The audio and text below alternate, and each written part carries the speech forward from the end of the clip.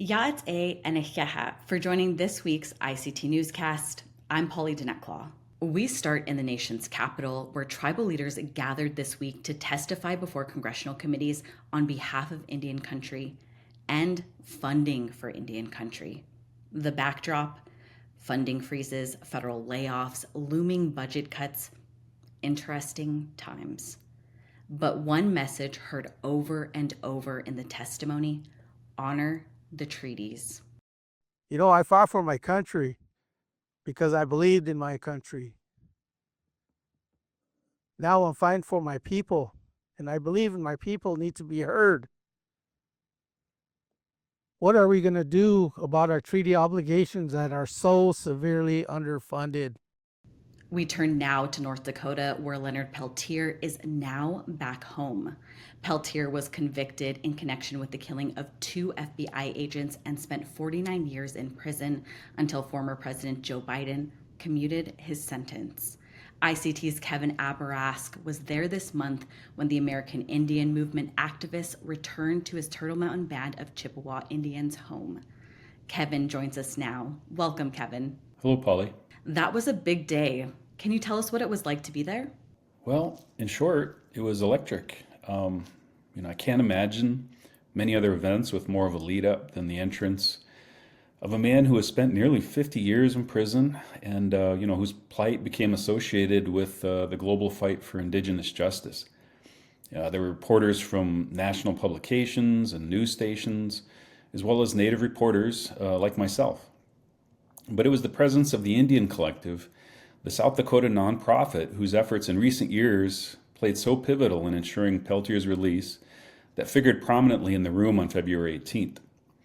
From Nick Tilson leading Peltier into the casino event center to his staff running live video feeds and ensuring an orderly agenda, the collective ran what most felt was a traditionally proper and also socially cathartic event. This was evident in the Indigenous dancers and the regalia moving to the sounds of the AIM anthem while leading the opening procession, as well as in the war whoops and trills from the audience that erupted upon Peltier's entrance. I'd say it's fair to say that nearly all of those in the room felt a magnetic connection to Peltier, and many vied for a few minutes of his time. Here's my report. Thank you very much. Come home. Come home. After 49 years behind bars, Leonard Peltier is home. His arrival was met with songs, tears, and powerful moments of reflection. Spent 49 years straight in prison for something I didn't do and was not really convicted of. From Devil's Lake to Belcourt, North Dakota, Peltier was escorted home by a caravan of supporters, among them tribal members who have fought for his release for generations. You know, something that we fought for nearly 50 years on marches and demonstrations. So it was last minute, so it was nerve-wracking. And some of us thought we wouldn't live. Like he said just now, that he'd live to see this day. Tribal leaders welcomed him back with open arms, recognizing his time served and the impact of his return. We are honoring, President Biden's executive order of clemency for Leonard Peltier for crimes that he had been tried for, and the man has spent 50 years behind bars. So on behalf of this tribe, we are welcoming home a tribal member to his homelands to be safe, be secure, and to just be warm. But outside of Turtle Mountain, his release is still heavily debated, with former FBI Director Christopher Wray standing by his conviction, saying, quote, "Granting Peltier any relief from his conviction or sentence is wholly unjustified and would be an affront to the rule of law." However, Peltier, now 80, says he never thought he would see this day, but he remains proud of his fight for Indigenous rights. So I spent 49 years. I didn't think I was going to make it. I'm 80 years old now. And when I was 32. I'm proud of the positions I've taken to help fight for our rights to survival. Activists say his release is more than a personal victory. It's a symbol of a larger fight, and for many, this moment proves Indigenous resistance never stops. People will never stop fighting. You can try to make us out to be criminals. You can try to make us out to be liars. You can try to oppress us, but our ancestors have instilled in us a fight, and our fight is just. For ICT, from the homelands of the Turtle Mountain Band of Chippewa, I'm Kevin Aberesk. And now we head south, way south, to the Amazon basin. Recently, the Trump administration has shut down a vital U.S. agency responsible for assisting communities recovering from disaster, administering important health programs, and funding conservation efforts like ones in the Amazon rainforest. Daniel Herrera has more on how this will affect Indigenous peoples' ability to preserve their lands. The Trump administration has frozen funding for the U.S. Agency for International Development. Those who work with Indigenous people in the Amazon say they will continue their efforts to protect the land and its people despite tens of millions of dollars of funding being suddenly frozen. Indigenous people's stewardship and land rights are in the limelight. Trump's order paused funding for nearly all programs and grants using foreign assistance aid. Located in 9 countries, the Amazon is home to more than 380 distinct Indigenous communities, all with unique cultural practices. Andrew Miller is the advocacy director for Amazon Watch, a nonprofit organization that primarily partners with Amazonian Indigenous people in their own grassroots efforts to protect their ancestral lands. He says that the freezing of USAID funds has had immediate impacts on Indigenous communities. The efforts in the last week or so to essentially destroy USAID as an entity have had immediate impacts on local communities. And USAID was supporting different kinds of protection mechanisms for local activists, Indigenous leaders, and human rights defenders that were receiving threats from different actors, including transnational organized criminal groups. And so in Peru, for example, we've seen there was an Indigenous Justice Initiative that was going to receive funding over the course of the next 3 years that was frozen. USAID funds many grassroots organizations that help conserve the rainforest and help improve the livelihoods of Indigenous people. One of those groups is Saúde e Alegria, or Health and Joy, which works in the Brazilian Amazon. Project coordinator Caetano Scanavino told the Associated Press that the funding freeze will not only affect the people of the Amazon, but of the world. Remembering that cutting international cooperation, especially in relation to projects associated with the Amazon, is something that also affects American society. The Amazon is paramount to helping stabilize the climate, with more than 150 billion tons of carbon being stored in the rainforest. That's according to the World Wildlife Fund. Miller says halting foreign aid that is essential to protecting the rainforest will open the door to those who hope to use the Amazon for illegal activities or to extract lucrative natural resources from it. Unfortunately, that I think is going to open the space for other actors. That's going to kind of be an additional wind in the sails, as it were, of transnational organized groups, of drug traffickers, of other organizations that are major threats to the Amazon. Additionally, we can anticipate that the Trump administration is going to be backing multinational companies, extractive industries, oil companies, mining companies, to crack open those markets and to continue to expand further into the Amazon rainforest. Extractive industries like illegal gold mining and logging have had profound effects on the Amazon. You only have to look at some satellite data of the Amazon region, especially in Brazil, and you'll see really wide swaths of deforestation from agribusiness and colonization that often follows development roads for agribusiness or mining or logging or what it might be. And then amid all this deforestation, you'll see these intact primary forest areas that often have somewhat odd shapes, kind of trapezoidal polygons there, and these are indigenous territories. The fight for the conservation of the Amazon rainforest has been going on for generations, and the key to it, indigenous people. We know that over thousands of years, not longer, that indigenous peoples have shaped and stewarded these environments. And what we've seen is more and more scientific evidence and anecdotal evidence as well, that really indigenous peoples in the Amazon are really the best defenders and stewards of the rainforest. And there's plenty of data now that shows you see lower deforestation rates in indigenous territories than you do even in kind of traditional conservation areas. Without indigenous peoples, there's really not going to be an Amazon. Indigenous people see the fight for the Amazon as lifelong and one that will continue even without USAID funding. Even when it gets dire, resistance is always continuing to go forward. Black people have no choice but to resist and protect their lands because it's their lives and livelihoods that are on the line, as I said before. So I think in any challenging policy moment is a moment to double down on work on the ground. For ICT, Daniel Herrera Carbajal. The immigration policies put in place by the Trump administration continues to be a concern for Native communities. In Wisconsin, tribal leaders are taking action to ensure their people have proper documentation. ICT's shared reporter with PBS Wisconsin, Erica Aisi out of North Central Bureau, has more. Despite promises from President Trump to target undocumented immigrants with a criminal record, pressure on immigration and customs enforcement agents to make arrests expands that scope. Fears remain high as stories spread on social media that members of tribes in Wisconsin have been stopped by ICE officials. To ease concerns, Ho-Chunk Nation President John Greendeer has promised his people free tribal IDs as well as reimbursement for the cost to obtain a U.S. passport. The United States passport is probably what I feel is the most legitimate form of and universally accepted form of identification.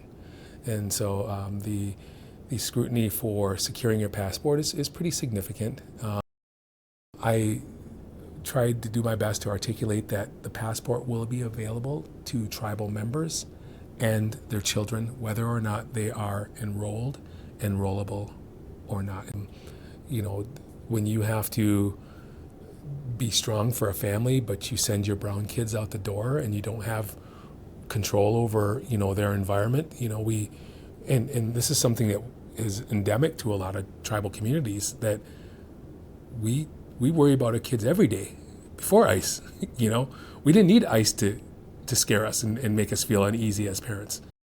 Native students pursuing a career in medicine face a tough road, one that's gotten even steeper since the Supreme Court struck down affirmative action in 2023. But one Native organization is working to clear the path, opening doors for the next generation of healthcare workers. In June 2023, the U.S. Supreme Court ended affirmative action.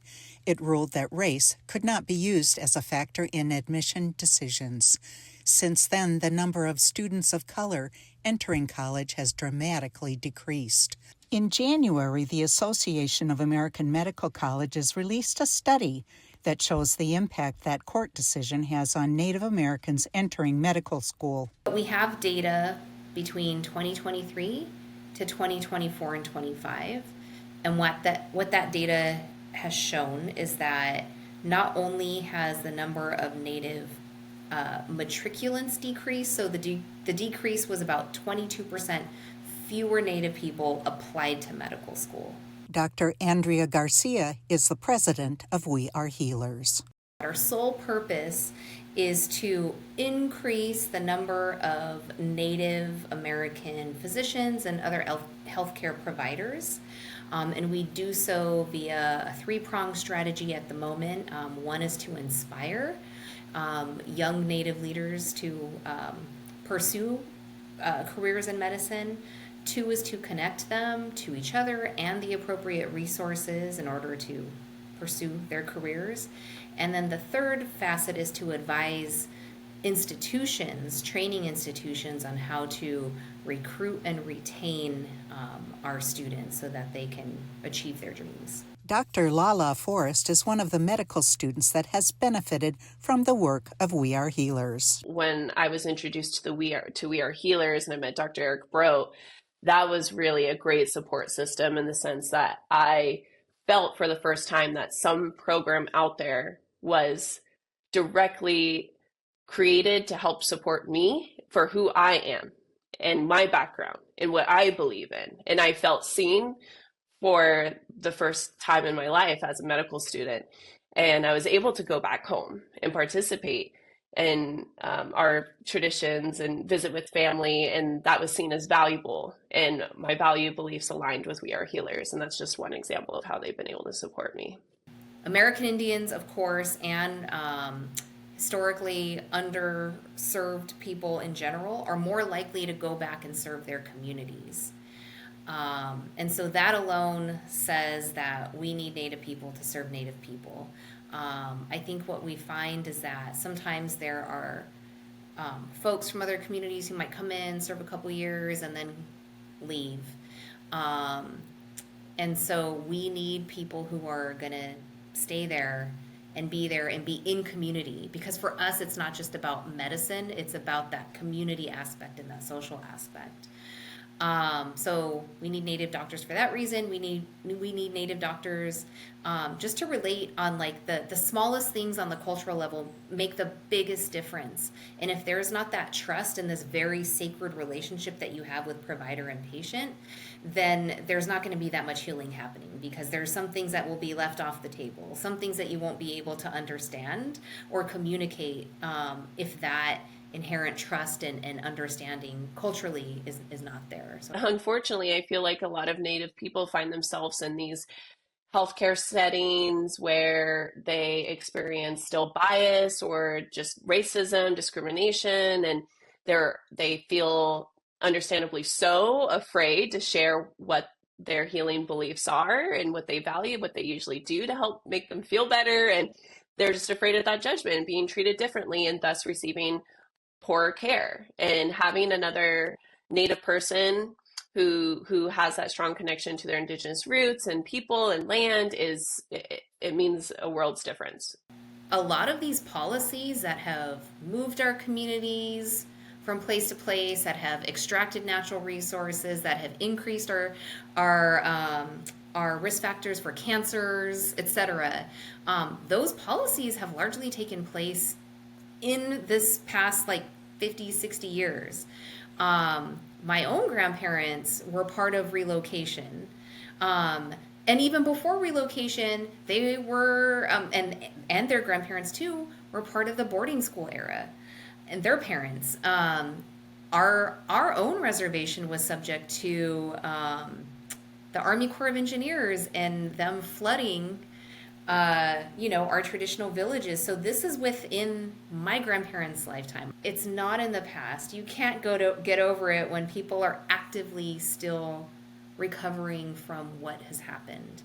Not to mention how it sets the course for subsequent generations. If there is active trauma and healing that still needs to happen, of course the behaviors and disrupted family systems and kinship systems, of course that's going to have an impact on the subsequent generations. And so to me, it's very much a present thing and something that we see in our clinic every day. I think powerfully about what we can do together as people, as Indigenous people, and that is what initiative that I've been fortunate to work on alongside with other team members is the Indigenous School of Medicine, and creating an entirely different new medical education system that is going to be for us, by us. We need to realize that we can do it better. And by creating our own school and our own curriculum and knowing that we can work the system to our advantage, and we know how to play this game. We've done it for years and years and years, and our ancestors before us, and it's gotten to that point where we can help create the future that we want to see. And I really believe that in the Indigenous School of Medicine. So that's something also I'm really looking forward to continuing working in. Tribal enrollment is complicated, but Indian Card by Carrie Lowry Schulpetz tries to make sense of it. Carrie is a citizen of the Lumbee Nation who worked in the Obama administration for 7 years and now teaches public policy at the University of Iowa, where she is also the director of Native Policy Lab. ICT's Shirley Snavy talked with Carrie about her latest book. The book is nonfiction and it blends together memoir, storytelling, and also policy and history. And so, in some ways, it represents this coming together of my two areas of expertise, my two passions, and the two things that I've really been trained to do, which is public policy and writing. I finished the book at 11 o'clock last night. And it was one of those things that I really couldn't put down until I finished it because it was so compelling. And I really think that this should be required reading for anyone who's studying American Indian history. Thank you. Because it's not dry. I just love the way that you introduced all these real life characters into the story. Thank you. Yeah, I mean, I very purposely wrote the book with the idea of accessibility in the front of my mind. I am a person who always felt really intimidated when reading academic books and studying history and things that I felt like I had to memorize. And it's only recently, as I've sort of learned that there are other ways to think about history and policy and ways that are more people-centered, that things have started to make a lot more sense to me. And, I wrote this book for my family, and I wrote this book for my students. And I think that it was really important to me to write it in a way that it was available to everyone. So we meet all of these women, and I think that's great because it's not history, it's her story. And we all know that the stories were written by the conquerors, so to speak. And the other thing that's interesting is that it breaks my heart that some of the lineal tribes of the ones that follow the man's clan and the ones that follow the women's clan, and if you're not, the right sex, you don't get to be an Indian, you don't get to be enrolled. And that must just be a heartbreaking thing for some people. Yeah, I think that it has served to divide a lot of families, which is hard to see. It also becomes really problematic when you consider the fact that enrollment is connected not just to our sense of tradition and history and connectivity with ourselves and our community. It's also connected to some pretty tangible things. And in many tribes, it's the difference between getting housing and not, being able to live on the reservation or not, education benefits, things like that. And so, yeah, I think that was hard to see happen for people whose tribes use that sort of matrilineal or patrilineal in the case of the book system. I tried really hard not to make a judgment on different systems of enrollment that tribes use, because that's not my place. Tribes are sovereign entities, at least those that are federally recognized. And I think there are pros and cons to every approach, but I do think it's important that we sort of step back and in answering that question, how did we get here? We have a real reckoning with this idea that we're using these systems that don't exist for other humans. There's a recent study that was done up in Minnesota by the Wilder Institute, which is a pretty respected organization.